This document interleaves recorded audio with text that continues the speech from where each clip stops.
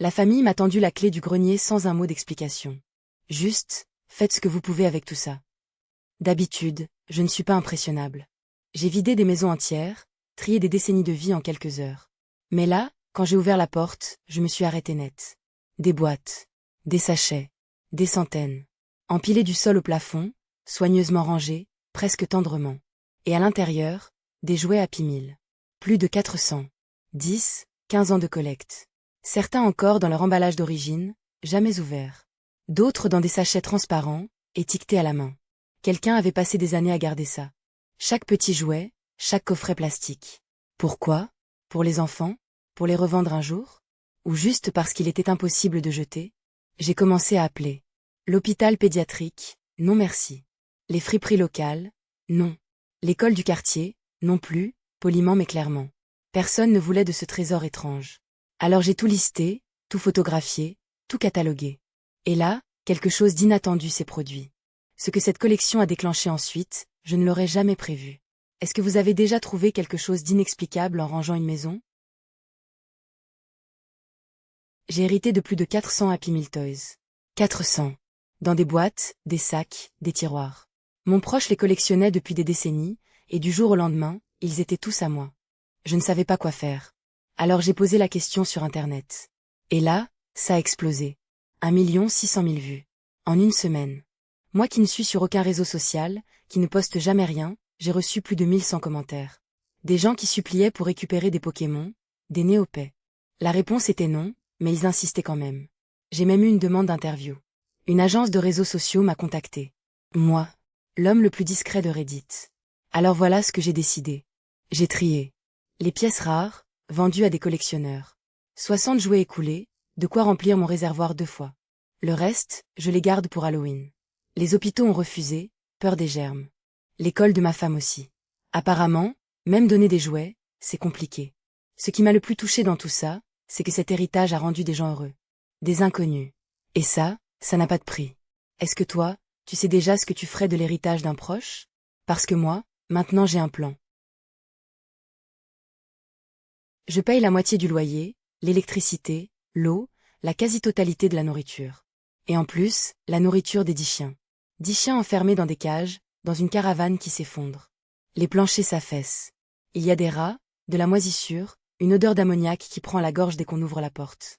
Je travaille à plein temps en télétravail, et le soir je fais du freelance juste pour joindre les deux bouts. Ça ne suffit toujours pas. Je termine chaque mois dans le rouge, à demander de l'argent à mon copain ou à mon père. Et ma mère? Elle me dit que c'est ma faute. Que je suis trop paresseuse pour entretenir la maison. Elle vit sous aide sociale. Sans moi, tout s'arrête. Mais si je suggère de faire venir des artisans pour réparer le toit, la plomberie, l'électricité, c'est non. Elle ne fait confiance à personne de l'extérieur. Sa nouvelle idée, que je finance une cabane dans le jardin, que je déplace le compteur électrique, et que je la paye chaque mois pour qu'elle y vive avec mon frère et les 10 chiens.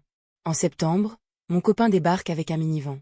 Je prends mon ordinateur, mes papiers, mes affaires essentielles. Et je pars. Vite. Sans me retourner. Une fois dans le véhicule, j'appelle les services de protection des adultes et le contrôle animalier. Mais la culpabilité, elle m'étouffe. Est-ce que je suis un monstre de partir et de la laisser face à tout ça? Vous, qu'est-ce que vous auriez fait à ma place? Ce matin, mon mari fait des travaux électriques dans la maison. Il lève la tête, il me dit, j'ai besoin de boîtes de dérivation supplémentaires. Je file à mon garde-meuble. Et il prend ses clés. Son garde-meuble. J'ai mis 2 secondes à comprendre. Il parlait de la grande surface de bricolage au bout de la rue. Et là, j'ai eu le fou rire. Mais honnêtement, plus j'y réfléchis, plus c'est le concept parfait. Des milliers d'articles stockés, toujours en bon état.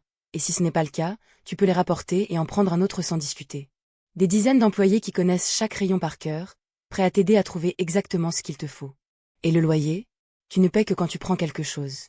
Pas de mensualité fixe, pas de contrat, pas de prise de tête. Et s'ils n'ont pas ce qu'ils cherchent, il y a 2 autres magasins en ville. Sans oublier l'appli inventaire, autrement dit Internet, pour vérifier le stock et même se faire livrer directement à la maison. C'est là que j'ai réalisé quelque chose. Toutes ces choses qu'on stocke chez nous, au cas où, le magasin les garde déjà pour nous. En meilleur état. Sans encombrer nos placards. Alors pourquoi on s'obstine à garder tout ça chez soi? Et toi, tu as combien de garde-meubles, comme ça près de chez toi? Mon mari est accro aux objets. Pas juste collectionneur, vraiment incapable de jeter quoi que ce soit. Et on vit dans un appartement d'une chambre, 2 petits placards, 0 espace.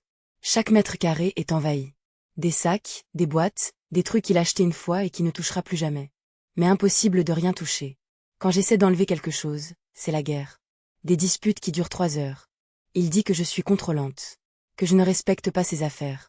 Un jour, on a passé 3 heures à se battre pour un doigt en mousse géant, vous savez, le genre qu'on agite dans les stades. 80 centimètres de foam ridicule. Il a fini par accepter de s'en débarrasser. J'ai soufflé. Victoire, je me suis dit. Sauf que quelques jours plus tard, en ouvrant le placard, il était là. Planqué au fond, sous des vestes. Il l'avait caché. Sans rien me dire. J'ai eu la gorge serrée. Pas de colère, de l'épuisement total. Parce que moi j'ai un TDAH, et le désordre me ronge littéralement le cerveau. Je travaille de chez moi, je reçois des clients en visio depuis un coin de chambre soigneusement cadré pour cacher le chaos. C'est ça, ma réalité. Et lui refuse d'admettre le problème. Diffuse la thérapie. Et moi je me demande sérieusement, est-ce qu'on peut vraiment s'aimer et se détruire à ce point par des objets? Est-ce que vous vous reconnaissez dans cette situation? J'ai grandi dans des maisons que mon père transformait en cauchemars. Les cafards, les rats, les odeurs, c'était ma vie normale. On déménageait, et à chaque fois, il recommençait. Le même chaos. Les mêmes montagnes de déchets qui envahissaient tout, pièce après pièce, jusqu'à ce qu'on ne puisse plus marcher sans enjamber quelque chose. Cette fois, ça fait 5 ans qu'on est dans cette maison. 5 ans pendant lesquels j'ai regardé la situation empirer, sans jamais pouvoir l'arrêter. Les déchets ont débordé dans le jardin. Les voisins ont commencé à se plaindre. Et là, il y a quelques jours, le propriétaire nous a signifié une expulsion avec décision de justice. On avait quelques jours. Quelques jours seulement pour vider ça. Sauf que quand j'ai voulu commencer à organiser le déménagement, j'ai compris l'ampleur du désastre. Mon père avait déjà transporté des affaires dans la nouvelle maison. Des dizaines de cartons, de sacs, d'objets inutiles. La nouvelle maison était déjà pleine avant même qu'on parte. Je me suis retrouvée au milieu de tout ça, les bras ballants, le cœur serré, à compter les heures. Ce que j'ai réalisé ce soir-là m'a complètement brisée. Est-ce qu'on peut vraiment sauver quelqu'un qui ne veut pas être sauvé?